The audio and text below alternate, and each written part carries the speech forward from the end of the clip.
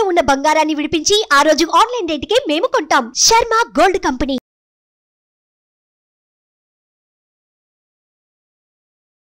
నమస్కారం, సుమన్ టీవీకి స్వాగతం.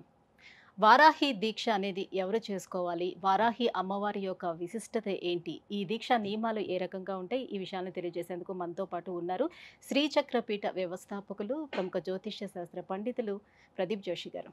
గురుగారు నమస్కారం. శ్రీమాత్రే నమః. గురుగారు, వారాహి దీక్ష గురించి ఇప్పుడు ఎక్కువగా చర్చ నడుస్తుంది. ఆషాఢ మాసం వచ్చింది, నవరాత్రులు వచ్చాయి. ఈ వారాహి దీక్ష అనేది ఏ రకంగా చేసుకోవాలి, ఎవరు అసలు చేసుకోవాలనే దాంట్లోనే చాలా కన్ఫ్యూషన్ ఉంది. ఏం చెప్తారు? శ్రీ గురుభ్యో నమః. శ్రీమాత్రే నమః. మాణిక్య వీణాం ఉబలాలయంతీం మదాలసామంజుల వాగ్విలాసాం మాహేంద్రనీలద్యుతి కోమలాంగీం మాతంగ కన్యాం మనసా స్మరామి. చతుర్భుజే చంద్రకళావతంసే కుచోన్నతే కుంకుమరాగశోణే పుండ్రేక్షుపాశాంకుశపుష్పబాణ హస్తే నమస్తే జగదేకమాతః. శ్రీమాత్రే. జగదంబ. జగదంబ అంటే అర్థం ఏమిటి? ఈ సమస్తమైనటువంటి జగత్తుకి ఆ అమ్మ. మళ్ళీ ఇక్కడ జగత్తు అంటే ఏంటో మనకు అర్థం తెలుసుకోవాలి. జాయతే గచ్చతే మ్రియతే అనేతే ఇది జగత్. అంటే ఏదైతే పుడుతుంది, నడుస్తుంది, మరణిస్తుంది దాన్ని జగత్తు అంటారు.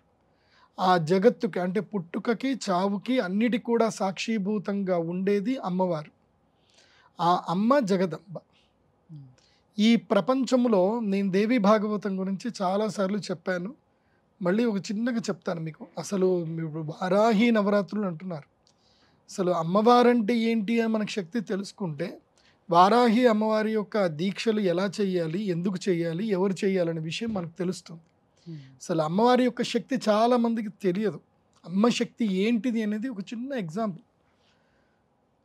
ఈ సృష్టి స్థితి లయకారకులు ఎవరైతే ఉన్నారో బ్రహ్మ విష్ణు మహేశ్వరులు, వీళ్ళు పని చేయాలి అన్నా సరే, అంటే సృష్టి చేయాలన్నా, స్థితి చేయాలన్నా, సంహారం చేయాలన్నా వారికి అమ్మవారి యొక్క శక్తి కావాలి. అంటే విష్ణువుకి మహాలక్ష్మి శక్తి, బ్రహ్మకి సరస్వతి శక్తి, శివుడికి పార్వతీదేవి యొక్క శక్తి.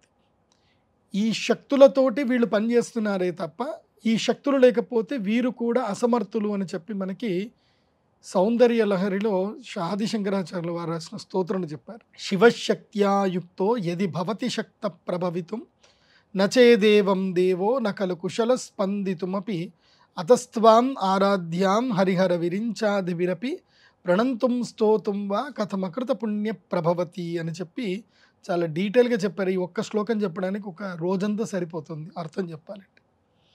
అంటే ఈ బ్రహ్మ విష్ణు మహేశ్వరుడు సృష్టికి మొదల్లో ఆ సృష్టి తత్వం తెలుసుకోవడానికి అమ్మవారి యొక్క మణిద్వీపానికి వెళ్ళడానికి వాళ్ళకు ఒక హంసల యొక్క పుష్పక విమానం వస్తుంది, హంసల విమానం వస్తుంది.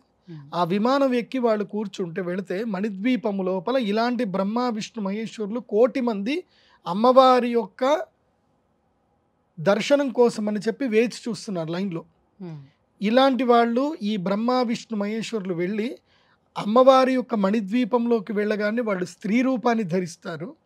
ఆ స్త్రీ రూపాన్ని ధరించి అమ్మవారి దగ్గరికి వెళ్ళి అమ్మవారి యొక్క పాదములు చూసి, ఆ యొక్క పాద పద్మములను చూసి వాళ్ళకి అర్థమైపోతుంది సృష్టి స్థితి లయ ఎలా చేయాలి, వాళ్ళకి ఏమేమి పని చేయాలనేది వాళ్ళ కోర్సు నేర్పించడం పడుతుంది. ఎంతసేపు ఒక క్షణం అని చెప్పడానికి కూడా ఉండదు. అంతసేపట్లో వాళ్ళకి తెలిసిపోతుంది. వాళ్ళు తిరిగి విమానాలు ఎక్కుతారు, మళ్ళీ సృష్టి చేయడానికి వస్తారు.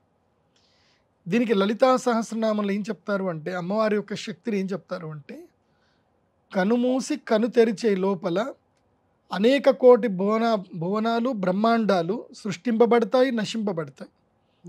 ఒక అమ్మవారి యొక్క పేరు చెప్పారు.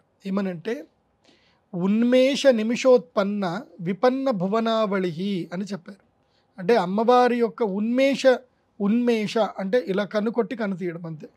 ఉన్మేష నిమిషోత్పన్న ఉపన్న భువనావళి, ఉత్పన్న విపన్న భువన ఆవళి. అంటే ఉత్పన్నం అంటే పుడుతుంది, విపన్నం అంటే నశిస్తుంది. అలాంటివి ఎంతసేపట్లో జరుగుతున్నది? కళ్ళు మూసి తెరచలు, కను రెప్ప ఇలా వేసి తీసేంత లోపల జరుగుతుంది.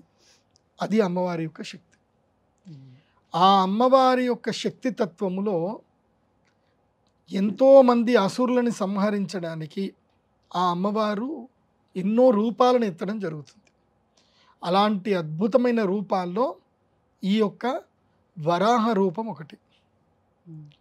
ఈ వరాహ రూపము ఈ యొక్క చండముండులు, తర్వాత నిశుంభులు, మహిషాసురుడు, రక్తబీజుడు అనేటువంటి రాక్షసులను సంహరించడానికి అమ్మవారు తన శరీరంలో నుంచి సప్త మాతృకలని బయటకు తీసింది. ఆ అమ్మవారు కాళీ స్వరూపంలోను, మాతంగి స్వరూపంలోను, ఉగ్రవారాహి స్వరూపములోను, ఒక్కొక్క స్వరూపములోను రాక్షసులందరినీ చీల్చి చెండాడింది. ఈ వారాహి అమ్మవారు ఎవరు అంటే అమ్మవారి యొక్క సైన్యము లోపల మంత్రుల్లో ఒక అమ్మవారు, మంత్రిని పరిసేవిత. అంటే ఈ యొక్క మాతంగి, వారాహి ఇలాంటి అమ్మవార్లందరూ కూడా అమ్మవారి యొక్క సైన్యము లోపల మంత్రిని దేవతలు. వీళ్ళందరూ కూడా వీళ్ళు అవసరమైతే వీళ్ళు దిగి యుద్ధం చేసేటువంటి శక్తి సంపన్నులు అవుతారు. అలాంటి శక్తి వారాహి అమ్మవారు. అంటే ఇది ఉగ్రస్వరూపమా? ఇప్పుడు ఒక్కొక్క స్వరూపానికి ఒక్కొక్క రూపం కావాలి. అంటే ఇప్పుడు మనకి ఎవరైనా మనతో కోపంగా మాట్లాడుతున్నారు, మనం సౌమ్యంగా మాట్లాడుతుంటే పని జరగలే, అప్పుడు మనం ఏం చెయ్యాలి? మనం కూడా రివర్స్గా వాళ్ళకి తగ్గంతగానే మనం కోపం పడాల్సిందే. సో యుద్ధం చేయాలంటే కత్తికి అడ్డు కత్తే పెట్టాలి తప్ప కమలం పెడితే సరిపోతుంది. అట్లాగే రాక్షసులతో సంహారం చేసేటప్పుడు అమ్మవారి యొక్క 7 ఉగ్ర రూపాలు బయటకు వచ్చాయి. ఆ 7 ఉగ్ర రూపాల్లో వారాహి అమ్మవారు ఒక మహాశక్తి. ఇప్పుడు మనకు అర్థమైంది ఏంటి? వారాహి ఉగ్ర రూపమా సాత్విక రూపమా? ఏ రూపం అది? ఉగ్ర రూపము.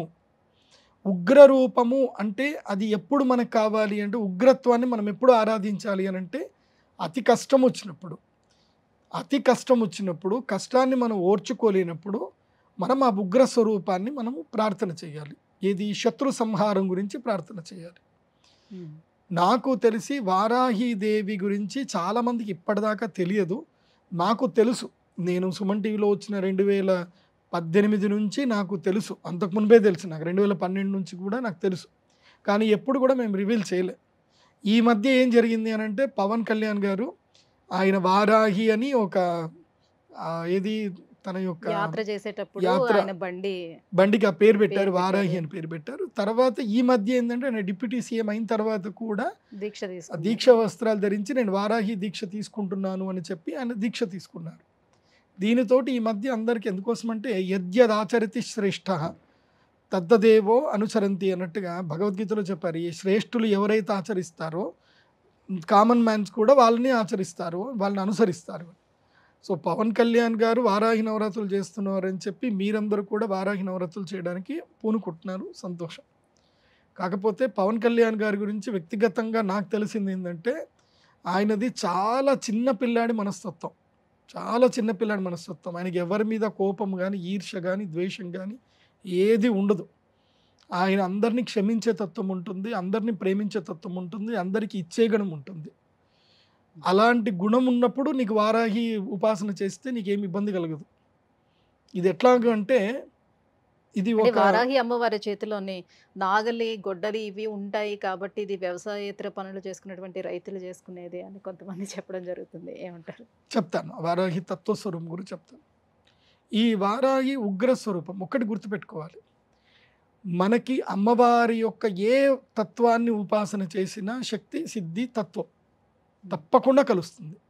ధ్రువం అని చెప్తారు. అంటే అమ్మవారిని మనం ఆరాధిస్తే ఈ కలియుగములో మనము ఎవరిని ఆరాధించినా ఆరాధించకపోయినా ఇహలోకంలోనూ సుఖము, పరలోకములోనూ సుఖం రావాలి అని అంటే అమ్మవారిని ఆరాధించాలి. ఇది దేవి భాగవతంలో చెప్పారు. సాక్షాత్తు శ్రీకృష్ణుడైనా, విష్ణువైనా, శివుడైనా, రాముడైనా అందరూ అమ్మవారిని ఆరాధించినటువంటి వారే. అమ్మను మించిన శక్తి ప్రపంచంలో ఏదీ లేదు. కాబట్టి అమ్మవారిని అందరూ ఆరాధించవచ్చు. అయితే మీరు ఏ స్టేటస్లో ఉన్నారు అనేది మొదలు మీరు తెలుసుకోవాలి. మీ స్టేటస్ని బట్టి మీరు ఆరాధన ఎంచుకోవాలి. మీ మెంటల్ స్టేటస్ సరిగ్గా లేదు, మీరు ఆరాధన ఎంచుకున్నారు, దానివల్ల ఏం జరుగుతుంది అని అంటే మీకు శక్తి వస్తుంది, కానీ ఆ శక్తి దుర్వినియోగం అవుతుంది. మీకు కోపాన్ని కంట్రోల్ చేసుకునే శక్తి లేదు. మీకు ఇతరుల మీద ఏవైతే భావజాలాన్ని మీరు వదులుతున్నారో అది మీరు కంట్రోల్ చేసుకోలేకపోతున్నారు. మీ మనస్సు మీ అదుపులో లేదు. మీరు గనక ఇలాంటి ఉపాసన చేశారు, వారాహి ఉపాసన చేశారు, దానివల్ల ఏం జరుగుతుంది అని అంటే మీకు బెనిఫిట్ జరుగుతుంది, కానీ దానివల్ల మీ యొక్క పిచ్చితోటి చాలామందికి అనర్థాలు జరుగుతాయి. అది గుర్తుపెట్టుకోండి. వారాహి శక్తి అనేటువంటిది ఒక అద్భుతమైన శక్తి, అదొక బ్రహ్మాస్త్రం లాంటిది. అది పిచ్చోడి చేతిలో పడకూడదు. ఇప్పుడు అశ్వత్థాముడికి కూడా బ్రహ్మాస్త్రం దొరికింది, అర్జునుని చేతిలో కూడా బ్రహ్మాస్త్రం ఉంది. కానీ అశ్వత్థాముడు బ్రహ్మాస్త్రము ఎవరికి వదిలాడు అంటే ఒక చిన్న శిశువు పైన వదిలాడు, గర్భస్థ పిండం పైన ఉన్న శిశువు పైన వదిలాడు. సో స్త్రీ హత్య శిశు హత్య మహాపాపం అని చెప్తారు. శిశు హత్య చేయడానికి ఒక బ్రహ్మాస్త్రాన్ని వాడాడు అంటే అశ్వత్థాముడు మూర్ఖుడు అని చెప్తారు. అందుకే అశ్వత్థాముడికి ఆ యొక్క ఏదైతే అతనికి ఉన్నటువంటి రోగము రానటువంటి శివమణి ఏదైతే ఉందో ఆయన కృష్ణుడు లాగేసుకున్నాడు. ఎందుకు లాగేసుకున్నా అంటే నువ్వు మూర్ఖుడు, నీకు ఇచ్చిన శక్తిని నువ్వు సద్వినియోగం చేసుకోలేదు అని చెప్పి. అలాగే మీరు జగదంబ ఉపాసన చేస్తాను అంటే తప్పకుండా అందరూ చేయండి, చెయ్యొద్దు అని చెప్పడానికి నాకు అర్హత లేదు. ఎందుకోసమంటే అమ్మవారు ఎవరిని అనుగ్రహించాలంటే వాళ్ళకి ఆ స్ఫురణ శక్తి వస్తుంది. నాకు తెలిసి ఈ యొక్క సౌందర్య లహరిలో ఫస్ట్ శ్లోకంలో చెప్తారు, కథం అకృత పుణ్య ప్రభవతి అని చెప్పారు. అంటే పూర్వజన్మ సుకృతం ఉంటే తప్ప వారాహి దీక్షలు తీసుకోవడం కానీ వారాహి నవరాత్రులు చేయడం కానీ సంభవించదు. గుర్తుపెట్టుకోండి, పూర్వజన్మ సుకృతం ఉంటేనే అది చేయగలుగుతారు. ఏదైనా సరే అమ్మవారి యొక్క తత్వం, దేవీ నవరాత్రులు ఉపాసన చేయాలన్నా వారాహి నవరాత్రులు ఉపాసన చేయాలన్నా అమ్మ అనుగ్రహం ఉంటేనే, పూర్వజన్మ పుణ్యం ఉంటేనే మనం ఇంట్లో కలశం పెట్టగలుగుతాం. లేకపోతే ఆ కలశం పెట్టే శక్తి మనకి రాదు. ఎవరో ఒకళ్ళు వస్తారు, వద్దు అని చెప్తారు, నీకేదో ఆలోచన వస్తుంది, నేను చేయలేనేమో అనిపిస్తుంది, వదిలేస్తాం. నాకు తెలిసిన అర్హత ఏమిటి అంటే, అమ్మవారికి ఉపాసన చేయాలని కావాల్సిన అర్హత ఏమిటి అంటే నిష్కల్మషంగా ఉండడము, ద్వేషబుద్ధి లేకపోవడము, క్షమాబుద్ధి ఎక్కువగా ఉండడము, అందరికీ పంచే గుణం ఉండడము, నేను అన్న భావన లేకపోవడం. ఈ 5 గుణాలు ఉంటే మీరు అమ్మవారి ఉపాసనలోకి ఈజీగా వెళ్ళిపోవచ్చు. ఈ 5లో ఏ ఒక్క గుణం లేకపోయినా, పంచే గుణము లేకపోయినా, క్షమించే గుణము లేకపోయినా, ద్వేషించే మనస్సు నీకున్నా నువ్వు జీవితంలో ఏమీ సాధించలేవు. అమ్మ శక్తి నీకు అనుగ్రహించిన ఆ శక్తిని నువ్వు సద్వినియోగం చేసుకోలేవు, దుర్వినియోగం చేసుకుంటావు. అంటే ఒక బలవంతుడు, ఇప్పుడు మనం సినిమాలు చూస్తాం, హీరోని చూస్తాం, విలన్ చూస్తాం. విలన్కి కూడా శక్తి ఉంటుంది, హీరోకి కూడా శక్తి ఉంటుంది. నిజంగా విలన్ కనుక మంచివాడు అయ్యి ఉంటే అతని డబ్బుతో ఎంతోమందికి మేలు చేయొచ్చు. అట్లాగే నువ్వు నీ లోపల విలనిజం ఉంది అని అంటే నీకు శక్తి వస్తుంది, కానీ నువ్వు విలనిజం అయిపోతావు, నువ్వు ప్రపంచానికి ఉపయోగపడవు. పంచే గుణమే లేకపోతే ప్రపంచమే శూన్యం అన్నమాట. నీకు పంచే గుణం లేకపోతే నువ్వు ఏ ఉపాసన చేసినా వేస్ట్. ఎందుకోసమంటే నేను అన్న భావన ఎప్పుడైతే మనకు వచ్చిందో, నేను అంటే ఎంత అవసరం చెప్పండి, ఒక మనిషికి ఎంత అవసరం చెప్పండి, ఒక్క మనిషికి నీ ఒక్కడికి ఎంత అవసరం, బతకడానికి ఎంత అవసరం. అమ్మవారు లెక్క పెట్టేస్తుంది ఆల్రెడీ, నీకు ఎంత కావాలో అంత ఇచ్చేస్తుంది కావాలంటే నీ వరకు. నువ్వు నేను అనకుండా, నువ్వు ఒక వ్యక్తిగా కాకుండా ఒక వ్యవస్థగా భావించావు అనుకో, అప్పుడు నీకు శక్తి ఇస్తుంది అమ్మవారు. వ్యక్తిగా ఎప్పటి వరకైతే నువ్వు ఆలోచిస్తావో నీకు ఉపాసనలో కేవలము నీకు భోగాలు మాత్రమే లభిస్తాయి. వ్యవస్థగా ఎప్పుడైతే నిన్ను తీర్చిదిద్దుకున్నావో, నువ్వు పంచేగుణం ఎప్పుడైతే వచ్చిందో అప్పుడు నీకు దైవత్వం అనేది నీకు ఆపాదింపబడుతుంది. అప్పుడు నిన్ను అందరు దేవుడిలాగా చూస్తారు. లైక్ మేము పిఠాపురం ఎమ్మెల్యే గారి తాలూకాని ఇప్పుడు ఆయన చేస్తున్నారు కదా, ఆయన 3 ఏండ్ల నుంచి వారాహి ఉపాసన చేస్తున్నాడు కాబట్టి ఇప్పుడు ఆయన నా కోసం అనుకోలేదు. నా కోసం అంటే ఆయనకి ఏంది, ఒక అడ్వర్టైజ్మెంట్ చేస్తే 10 కోట్లు వస్తాయి ఆయనకి. ఆయన మన అనుకొని చేశాడు కాబట్టి ఇప్పుడు ఆయనకి దైవత్వం ఆపాదింపబడుతుంది. ఇప్పుడు అందరు కూడా ఆయన్ని దేవుడిలాగా అనుకుంటున్నారు. నువ్వు నన్ను కాపాడుతావు అని అందరూ. దైవత్వం అంటే ఏం లేదు, ఆకలి ఉన్నవాడికి అన్నం పెట్టడం, కష్టంలో ఉన్నవాడిని ఆదుకోవడం, ఇదే దైవత్వం. అది ఇప్పుడు ఆయనకు ఆ చేసే శక్తి అమ్మవారు ఇచ్చింది. అది ఆయన సద్వినియోగం చేసుకుంటాడా లేదా అనేది కాలం నిర్ణయిస్తుంది. అందుకే వారాహి దేవికి ఇప్పుడు అంటే మీరు వారాహి స్వరూపం అన్నారు, ఆమె చేతిలో నాగలి ఉంటుంది. అంటే నీకు కష్టపడే తత్వం ఉండాలి, దున్నే శక్తి ఉండాలి. నాగలి ఎందుకు ఉంది అని అంటే, నాగలి ఎందుకు, దేనికి స్వరూపం అది? దున్ని నువ్వు పంట పండి నువ్వు 10 మందికి అన్నం పెట్టాలి. అదైతే నేను నిన్ను అనుగ్రహిస్తాను అని చెప్తుంది అమ్మవారు. విష్ణు పరమాత్ముడి చేతిలో ఏవైతే ఉన్నాయో వారాహికి కూడా అవే ఉంటాయి. విష్ణు పరమాత్ముడు వరాహస్వరూపం ఎందుకు ఎత్తాడు అంటే జ్ఞానమును ఉద్ధరించడానికి. వేదాలు ఎత్తుకపోయాడు ఎవరు, హిరణ్యాక్షుడు వేదాలన్నిటిని ఎత్తుకొని వెళ్ళిపోయాడు, జ్ఞానాన్ని తీసుకెళ్ళిపోయాడు. ప్రపంచంలో అత్యంత ముఖ్యమైనది జ్ఞానమే. ఇప్పుడు మనం ఈ జనరేషన్లో ఉన్నాము, మనం నెక్స్ట్ జనరేషన్కి నాలెడ్జ్ ఇవ్వలేదంటే నెక్స్ట్ జనరేషన్ ఏమైపోతుంది, స్పాయిల్ అయిపోతుంది. మనం ఏం చేస్తున్నాం, ఇప్పుడు పిల్లలు పుట్టిన తర్వాత వాళ్ళకి ఒక 15 ఏళ్ళు ఏం చేస్తున్నాం, వాళ్ళని డైలీ స్కూల్కే పంపిస్తున్నామా లేకపోతే ఆడుకోమని చెప్తున్నామా? స్కూల్కి పంపిస్తున్నాం. ఎందుకు? మళ్ళీ వాళ్ళు జ్ఞానం గెయిన్ చేయాలి. జ్ఞానము లేకపోతే మనిషికి ఏమీ ప్రయోజనం ఉండదు. జ్ఞానమే ఇంపార్టెంట్. మనిషి భవిష్యత్ తరాలకు ఇవ్వాల్సింది జ్ఞానము, ప్రకృతి. అందుకే నాగలి ఉంటుంది, తర్వాత అమ్మవారి చేతిలో పుస్తకాలు ఉంటాయి, తర్వాత పాశం ఉంటుంది, అంటే ప్రేమ, ఆప్యాయతలు, అనురాగాలు ఉండాలి. పాశం అనేది అది కూడా ఉండాలి. సో ద్వేషం అనేది ఉండకూడదు అని ఉంటుంది. అలాగే ఖడ్గము ఉండాలి. అసత్యమును, తర్వాత హింసను ఎట్టి పరిస్థితుల్లో ఎంకరేజ్ చేయకూడదు, అధర్మాన్ని ఎంకరేజ్ చేయకూడదు. సో నీకేదైనా కష్టం వస్తే కత్తితో పోరాడినప్పుడు కత్తితో పోరాడు, జ్ఞానంతో పోరాడాల్సిన చోట్ల జ్ఞానం చోట్ల పోరాడు, తర్వాత 10 మందికి అన్నం పెట్టు అని చెప్పడమే వారాహి దేవి యొక్క తత్వం. ఆ తత్వాన్ని అర్థం చేసుకోగలిగితే మీరు ఎవరైనా సరే వారాహి అమ్మవారి ఉపాసన చేయవచ్చు. వారాహి అమ్మవారి ఉపాసన ఎలా చేయాలి అని అంటే, ఒక మంచి కలశం తీసుకోవాలి, తూర్పు వైపు అభిముఖం, మనం కూర్చుంటే తూర్పు వైపు అమ్మవారు ఉండాలి. అమ్మవారి యొక్క చిత్రపటం పెట్టుకోండి, ఒక కలశం పెట్టండి, ఒక చౌకు పీట పెట్టాలి, దానిపైన బియ్యం పరవాలి, బియ్యం పరిచి దానిపైన చక్కగా కలశం పెట్టుకోవాలి.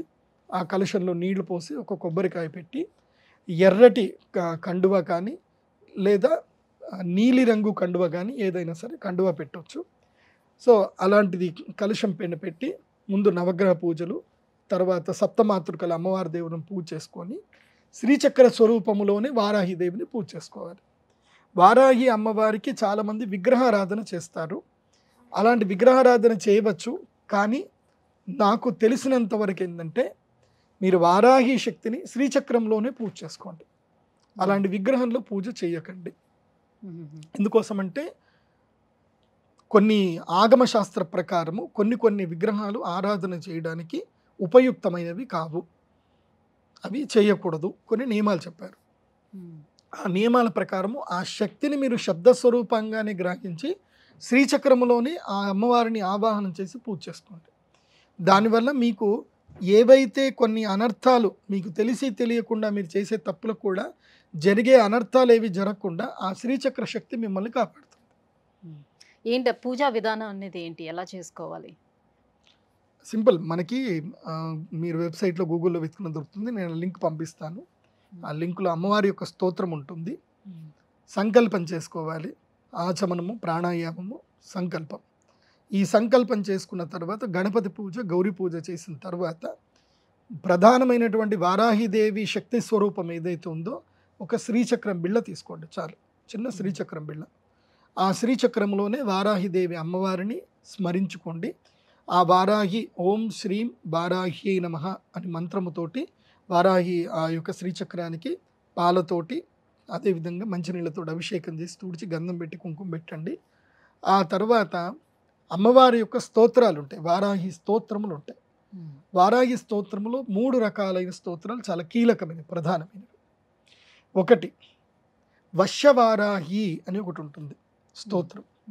ఈ వశ్యవారాహి ఏమిటంటే, నీవు వ్యాపారం చేయాలనుకుంటున్నావు, అదేవిధంగా రాజకీయంగా ఎదగాలనుకుంటున్నావు, అందరూ నీకు వశం అవ్వాలి, అందరూ నువ్వు చెప్పినట్టుగా మాట వినాలి, తర్వాత నీ మాట అందరికి కూడా వినసొంపుగా ఉండాలి, నీ మాట చెప్పగానే అందరికి కూడా ఆకర్షింపబడాలి, అలా వింటూ వింటూ అలాగే ముగ్ధ మనోహరులు అయిపోవాలి. అలా జరగాలి అని అంటే వశ్యవారాహి ఉపాసన చేయాలి. వశ్యవారాహి స్తోత్రము రోజుకి 11 మార్లు 108 మార్లు మీకు ఎంత శక్తి ఉంటే అంత చదవాలి. ఈ జూలై 6వ తారీఖు నుంచి మొదలు దశమి వరకు ఈ నవరాత్రులు ఏవైతే ఉన్నదో ఈ నవరాత్రుల్లో పూర్తిగా వశ్యవారాహి స్తోత్రం 1008 సార్లు పూర్తి చేయాలి, 1008 సార్లు చదవాలి. అదేవిధంగా బీజాక్షర మంత్రాలు ఉంటాయి, చాలా పెద్ద పెద్ద బీజాక్షరాలు ఉంటాయి, అవి ఏవి వద్దు, నీకు మేలు జరిగే బీజాక్షర మంత్రం చెప్తాను, లాస్ట్కి చెప్తాను దీని తర్వాత. అంటే పూజ ఉదయం వేళ పూజకు ఎక్కువ ప్రాధాన్యత ఇవ్వాలా లేకపోతే సంధ్యా సమయంలో చేసుకునే పూజగా? దీంట్లో చాలా కీలకంగా ఉంటుందండి. పూజా సమయం ఎప్పుడైనా ఉదయమే మంచిది, బ్రాహ్మీ ముహూర్తం చాలా మంచిది. ఎప్పుడు 4:30 నుండి మొదలు 6 గంటల వరకు, 4 నుంచి 6 వరకు ఈ మధ్య కాలంలో పూజ చేసుకుంటే చాలా మంచిది. అయితే ఈ వారాహి ఉపాసనలో కాళీ ఉపాసనలో, వజ్రవైరోచన ఉపాసనలో, కొన్ని ఉపాసన పద్ధతుల్లో ఏంటంటే సాధకులు అష్టాంగ యోగ నిరతులైన సాధకులే, అందరూ కాదు.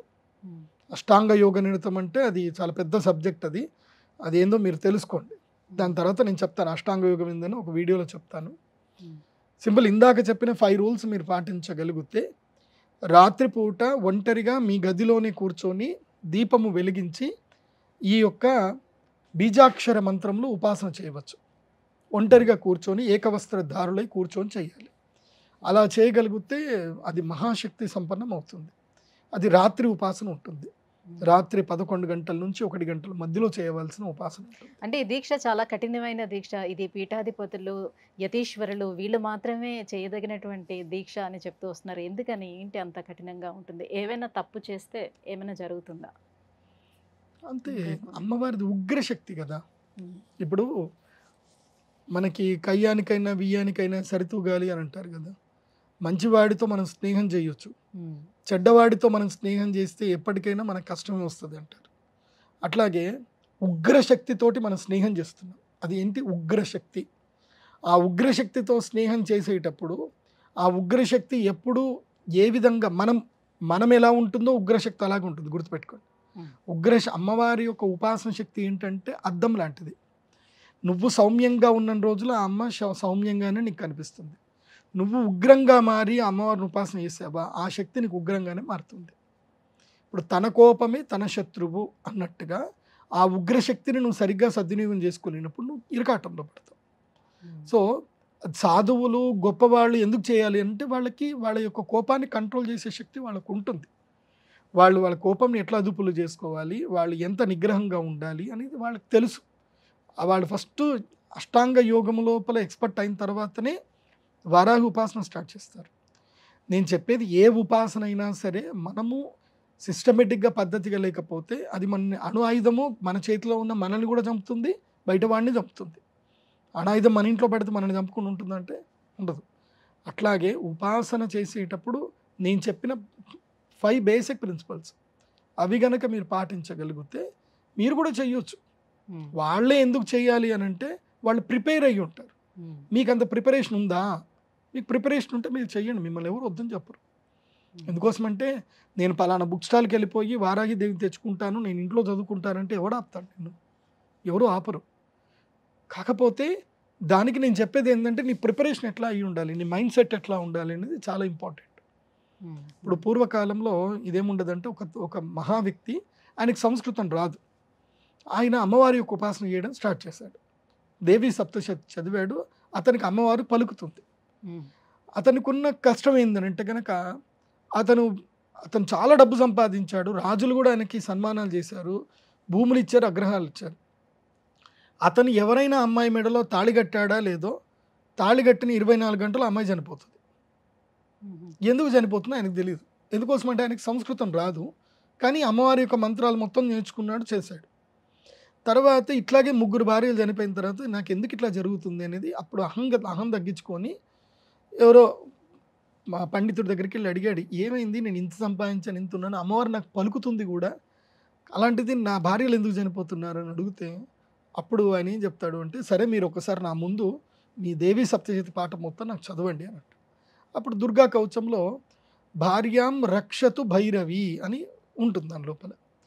అక్కడ ఏం జరిగిందంటే రా అనేది సంస్కృతంలో ఇలా రాయబడుతుంది, అక్కడ ఒక నీటి చుక్క ఏదో పడింది, అది రా కాస్త బాగా కనపడింది, ఒత్తు బాగా కనపడింది. ఆయన ఏం చదివాడు, భార్యాం భక్షతు భైరవి అని చెప్పాడు. భక్షతు అంటే అర్థం ఏంటి? తినించు అని అర్థం. సో వాడికి ఆ సిద్ధి అయిపోయింది. కాబట్టి భార్యాం రక్షతు భైరవి అనే ప్లేస్లో భార్యాం భక్షతు భైరవి అన్నాడు. వీడు పెళ్లి చేసుకోగానే భైరవి వస్తుంది, వాడిని తినేస్తుంది, వెళ్ళిపోతుంది, భార్య చనిపోతుంది. సారీ, మీరు చేస్తున్న తప్పు ఇదండి, మీరు రక్షతు భైరవి అనే ప్లేస్లో భక్షతు భైరవి అని అంటున్నారు అని అనేసరికి అప్పుడు ఆయన తీర్చిదిద్దుకున్నాడు.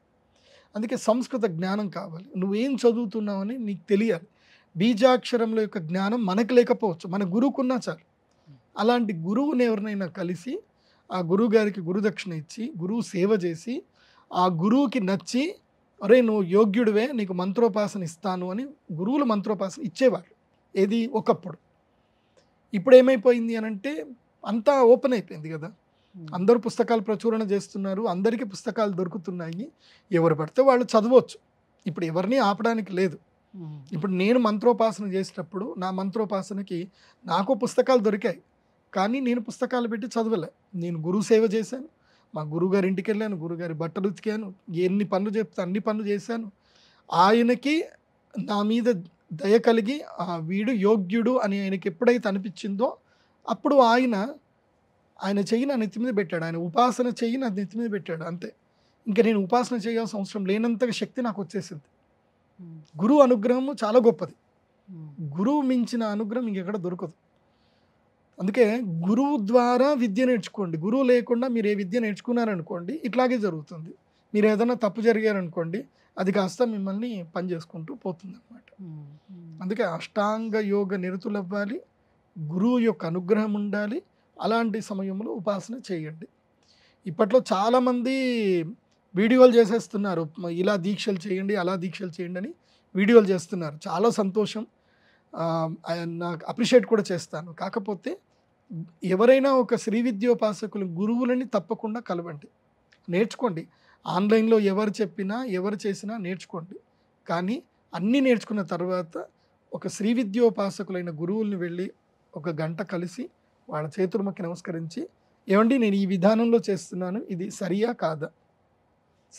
కాదా, నన్ను మీరు అనుగ్రహించండి, నేను కరెక్ట్ చేస్తున్నానో రాంగ్ చేస్తున్నాను, అంతవరకు క్లారిటీ తెలుసుకొని స్టార్ట్ చేయండి. అది చాలా మంచిది. ఎందుకోసమంటే అందరూ పర్ఫెక్ట్ కారు, ఎవరైతే అమ్మవారిని ఉపాసన చేస్తున్నారో వాళ్ళు కరెక్ట్.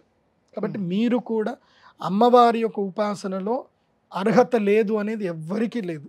మనిషి జన్మ పుట్టిన ప్రతి ఒక్కరు కూడా అమ్మవారి ఉపాసన చేయడానికి అందరికీ అర్హత ఉంది. కాకపోతే ఆ అర్హత అనేటువంటిది మనము గురువు దగ్గర నుంచి స్వీకరించాలి, అంతకుమించి ఏం లేదు.